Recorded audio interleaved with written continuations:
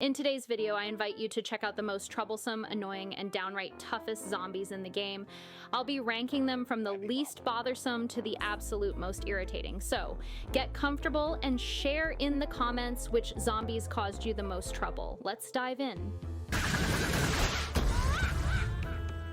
The pole vaulting zombie isn't as dangerous as the ones you'll see later, but he can still cause some problems. This brain muncher not only has a high movement speed and average durability, but he can also leap over one obstacle. Though only if it's a low one like a walnut. This lets him bypass your first line of defense. Sure, he will not cause much trouble if you have already managed to plant a decent amount of offensive plants in place.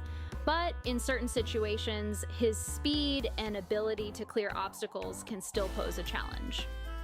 Dolphin Rider Zombies is an aquatic one. He only shows up in pool levels and attacks exclusively on water lanes. This guy hops onto his dolphin's back and races across the water at incredible speed until he hits an obstacle, which he gracefully jumps over before continuing his advance on foot. You could say the Dolphin Rider Zombie is the water equivalent of the pole vaulting zombie, but he's definitely a step up in danger, which is why he appears later on the list. The real challenge comes when two Dolphin Rider zombies attack at the same time on different lanes, making it physically impossible to place a lily pad to block both of them. And in general, in the heat of battle, it is not always possible to react to the appearance of this undead, so it still has a certain danger. Jack-in-the-Box Zombie is one of the most unpredictable enemies, capable of exploding at any moment and taking nearby plants down with him. He can be easily disarmed with a magnet shroom, which will pull his explosive music box away, stripping him from his main weapon and danger. But a magnet shroom isn't always available, and sometimes it's recharging or already handling another task. On top of that, Music Box Zombies attacks on levels where the view is blocked by fog, so all you can do is listen to the box's irritating tune, brace for an explosion, and hope your defensive plants can take down this crazy kamikaze in time. The fog, occasional lack of a magnet shroom, the zombie's unpredictability, and other factors make this enemy a pretty dangerous threat. The Buckethead Zombie is the first enemy that can really make you sweat. Although the only visual difference between him and regular zombies is the bucket on his bald head, his physical durability is on a whole other level. With his high toughness, taking him down is much harder than dealing with most other brain seekers. If you get 2 or 3 of these guys in the same lane, it can become a real problem. A magnet shroom can help against them, but these brain munchers attack during the day too, and you can't always afford to plant a coffee bean. That leaves you relying on explosive plants, which aren't always available either. Dr. Zomboss is the game's final boss, launching an attack on the player's house at the very end. He takes the controls of a massive robot, the Zombot, to assault the player's plants with fire and ice balls, and deploys a variety of zombies onto the rooftop. This enemy can withstand over 1,500 P's worth of damage, making him an incredibly tough and powerful foe. But the thing is, beating him isn't as hard as it might seem at first. Personally, I don't remember ever losing to him, not even once. Maybe I didn't manage to defeat him a couple of times when I played the game way back as a kid. In recent memory, nothing like that comes to mind. So, Dr. Zomboss isn't as tough and dangerous as he seems at first glance, even if he is pretty durable. Now, the next enemies in the game's hostile lineup can definitely cause some real trouble. The Zomboni drives an ice resurfacing machine, leaving a trail across the entire lawn that prevents anything from being planted on it afterward. Any plants or mushrooms in its path are ruthlessly flattened. You can blow up the Zomboni by placing spikes in its path, and explosive plants, especially the jalapeno, are also effective since they not only destroy the Zomboni but also clear the icy trail from the lawn. Even so, its durability, ability to crush plants, leave an ice trail, and summon bobsledders makes the Zomboni a pretty dangerous foe. The Pogo Zombie has moderate toughness. He doesn't have any special gear or clothing that provides extra protection, but what makes him dangerous isn't his level of defense. His main weapon is the Pogo Stick. With it, he jumps around at roughly the same speed as the pole vaulting zombie. However, while the pole vaulting zombie can only jump over the first plant he encounters, this guy can clear any plant in his path.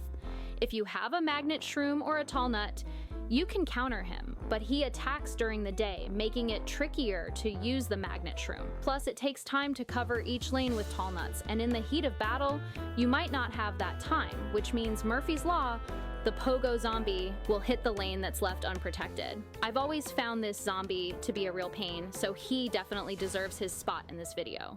And here we are at the nightmarish challenge of many PvZ players, the football zombie.